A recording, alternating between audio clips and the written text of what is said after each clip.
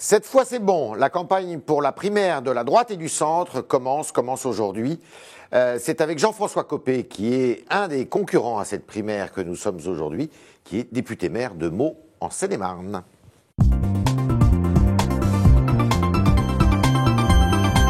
Concurrent, candidat. Bonjour, Jean-François Copé. Bonjour. Alors, le plus dur commence ? D'une certaine manière, en tout cas, on va rentrer dans le vif du sujet, parce que maintenant, les choses, effectivement, vont pouvoir être mises sur la table. Ce sera un vrai débat pour choisir le meilleur d'entre nous. Alors, chacun va faire sa campagne et tout. Il va y avoir 3 débats télévisuels. Est-ce que ces débats peuvent changer quelque chose ? Je pense que tout peut changer quelque chose. Vous savez, ce sont des moments de grande intensité, les campagnes. C'est court, et ce sera le moment pour chacun de dire ce qu'il est fondamentalement. D'accord. Alors, vous allez vous retrouver au premier débat qui aura lieu mi-octobre, à la gauche de Nicolas Sarkozy, si j'ai bien compris. Ça vous convient, ça vous va, au premier rang ? Écoutez, je crois que ce qui est important, c'est ce qu'on se dira les uns et les autres. Et je pense que ce débat sera un moment de vérité très intéressant. À 8, c'est possible, ça ?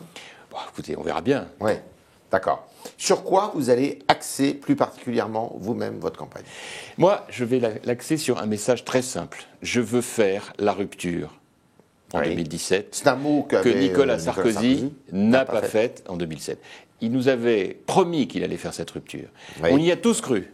Et en réalité, il a fait tout l'inverse. Et avec lui, d'ailleurs, ceux que j'appelle la bande des quatre, François Fillon, Alain Juppé, Bruno Le Maire, Nathalie Kosciusko-Morizet, avec son fameux Grenelle de l'environnement, qui partait d'une bonne idée, mais qui a été malheureusement assez désastreux pour nos agriculteurs. Ils ont été battus. Et moi, le message que je déroule jour après jour aux Français, c'est de dire maintenant, ça suffit. Il faut une droite décomplexée, qui fasse les choses, qui ne recule plus. D'où mon slogan, on ne recule plus. Parfois, je souris quand je vois, par exemple, Sarkozy dire « Ah, la République a reculé ». Non, c'est pas la République qui a reculé, c'est les présidents de la République qui ont reculé. Alors, vous voulez faire d'un avantage le fait que vous n'ayez pas été au gouvernement pendant ces années-là, c'est ça ? Pendant ces années... Pas que c'est un avantage, c'est une caractéristique de fait. Vous savez, je présidais la majorité à l'Assemblée à l'époque. Et on bataillait, on appelait ça la coproduction législative, pour dire à Nicolas Sarkozy, à François Fillon, ils étaient la main dans la main, qu'il ne faisait pas les réformes pour lesquelles on avait espéré cette rupture. Pas toucher aux 35 heures. Les réformes des retraites, 62 ans, toute l'Europe est à 65 ans. Refus de supprimer l'aide médicale d'État. Baisser les policiers de 13 000 l'effectif. Baisser les crédits de défense. Enfin, tout l'inverse de ce que l'on pouvait attendre. Et du coup, ça a été malheureusement une désastreuse défaite en 2012. Alors, quand vous regardez les sondages, c'est pas vous faire injure que de vous dire que vous n'êtes pas très très haut, vous êtes même assez loin des favoris. Ça vous, je dirais... Attendez, ça vous perturbe pas plus que ça ? Laissons tomber toutes ces histoires. Les sondages, c'est bien gentil. Ça peut changer. Mais c'est une photographie. Et alors, ou on ne fait que des sondages et on ne fait plus d'élections, ou on fait des élections. Si on fait des élections, on fait campagne pour ça, et on attend tranquillement le verdict des urnes. Et c'est ce que je vais faire naturellement. C'est ce qui s'est passé d'ailleurs avec François Hollande en 2011. Et Jacques Chirac face à Balladur en 95. Rappelez-vous l'époque où Arlette Chabot lui demandait de s'arrêter. Heureusement qu'il a continué. Alors, aujourd'hui, il y a Nicolas Sarkozy, un de vos concurrents, qui se rend dans la région de Calais. Il ne va pas dans la jungle, je crois. Les migrants, ça va être un sujet capital. Est-ce que c'est un sujet qui vous divise à l'intérieur de votre camp ? C'est un sujet qui nous divise parce qu'on ne peut pas être et avoir été. La vie n'est pas une page blanche.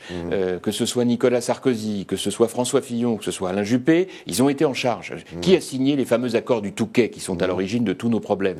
C'est Nicolas Sarkozy en 2003 avec les Britanniques. On ne peut pas dire que tout ça n'a pas existé. Calais, c'est pas nouveau. Donc, moi, je propose de manière très claire un changement radical dans ce domaine-là.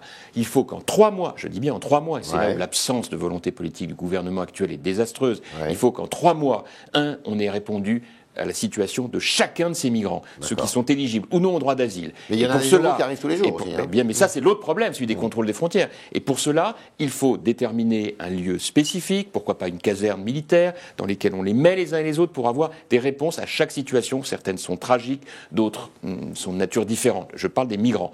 On fait démolir les campements de fortune par l'armée.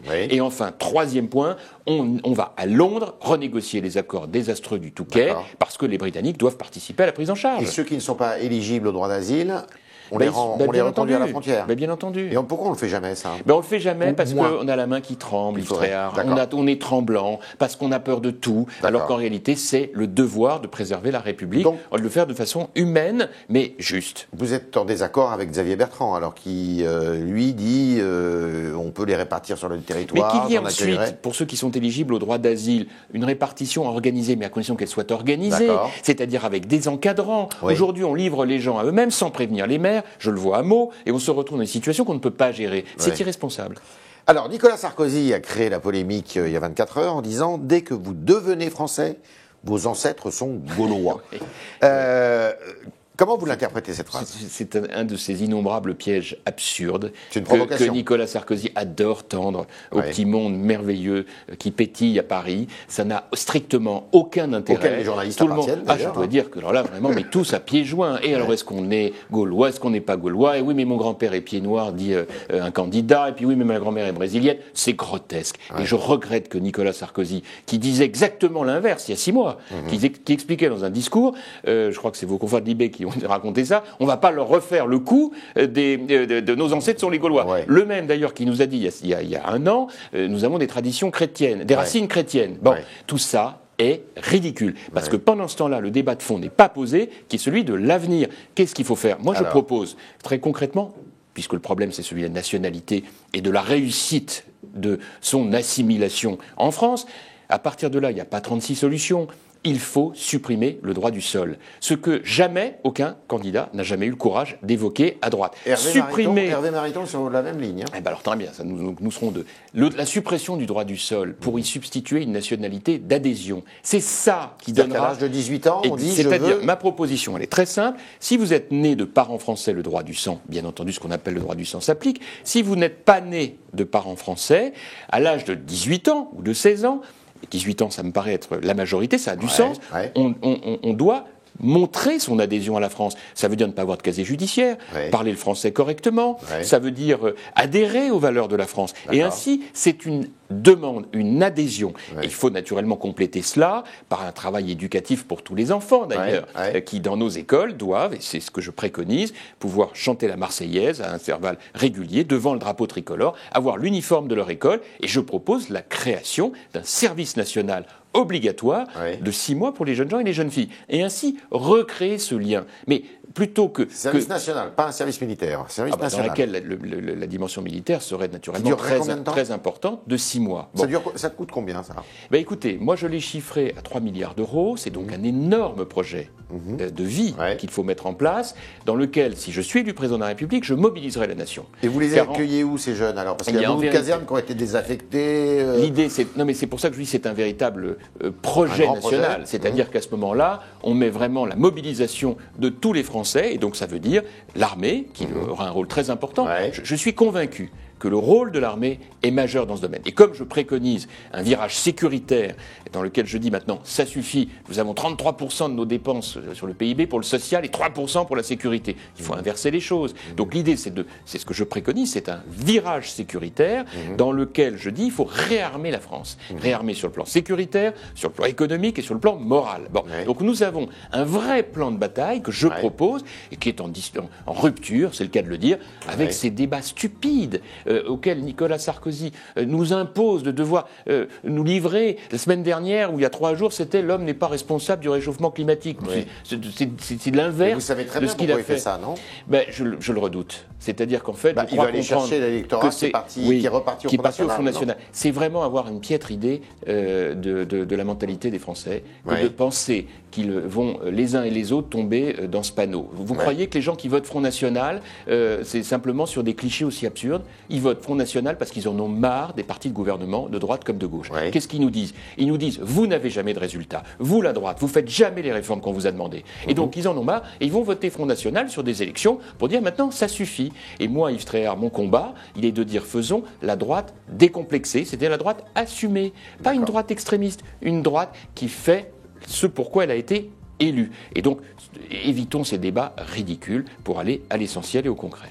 Donc, il y en a un qui dit l'assimilation, l'autre qui dit l'intégration, vous dites l'adhésion. c'est ça. Mais bien sûr, mais attendez, encore une fois, moi je défends le modèle d'assimilation depuis des années, donc je suis très à l'aise pour vous en parler, à une époque où d'ailleurs Nicolas Sarkozy s'y opposait, c'est pas grave, mais tout ça n'a pas de sens. Ce qui compte, c'est qu'est-ce qu'on fait concrètement, qu'est-ce qu'on veut. Il faut une vision. La vision, c'est de dire aux Français, mais voilà comment nous voyons les choses pour les 10 ans qui viennent. Ce que nous voulons, c'est créer les conditions pour que nos enfants réussissent en France, quelles que soient leurs sensibilités, les origines religieuses, philosophiques, politiques, de leurs parents ou de leurs grands-parents. C'est ça la France qu'on veut construire. Dernière petite question à propos de Najat Vallaud-Belkacem qui a proposé, il y a quelques heures, de rendre la scolarité obligatoire, enfin elle y songe, c'est pas encore très ferme, jusqu'à l'âge de 18 ans. Qu'est-ce que vous en pensez de ça ? Je pense que c'est pas une bonne idée, parce que ça éloigne une nouvelle fois des millions de nos jeunes de la question centrale, qui est la question de leur rapport au travail et au métier. Donc en fait, il faut être beaucoup plus pragmatique que cela, mais de toute façon, il n'y a pas vraiment de sujet, parce que je ne crois pas que Najat Vallaud-Belkacem sera en situation de proposer quelque chose de concret dans ce domaine, dès lors qu'il y a une élection présidentielle dans 6 mois. Alors, je crois qu'il faut se détendre avec les fausses promesses. Le vrai sujet maintenant, c'est qu'est-ce qu'on veut pour notre système éducatif, et c'est ce que je propose dans le sursaut français. Qu'est-ce qu'on veut ? Jean-François Copé vous l'a dit ce matin, lui, il veut la rupture. Il incarne cette rupture avec un réarmement militaire, économique et moral. C'est ce qu'il demande et c'est ce qu'il veut faire. Le candidat de la rupture, c'est Jean-François Copé. Merci Jean-François Copé. Merci.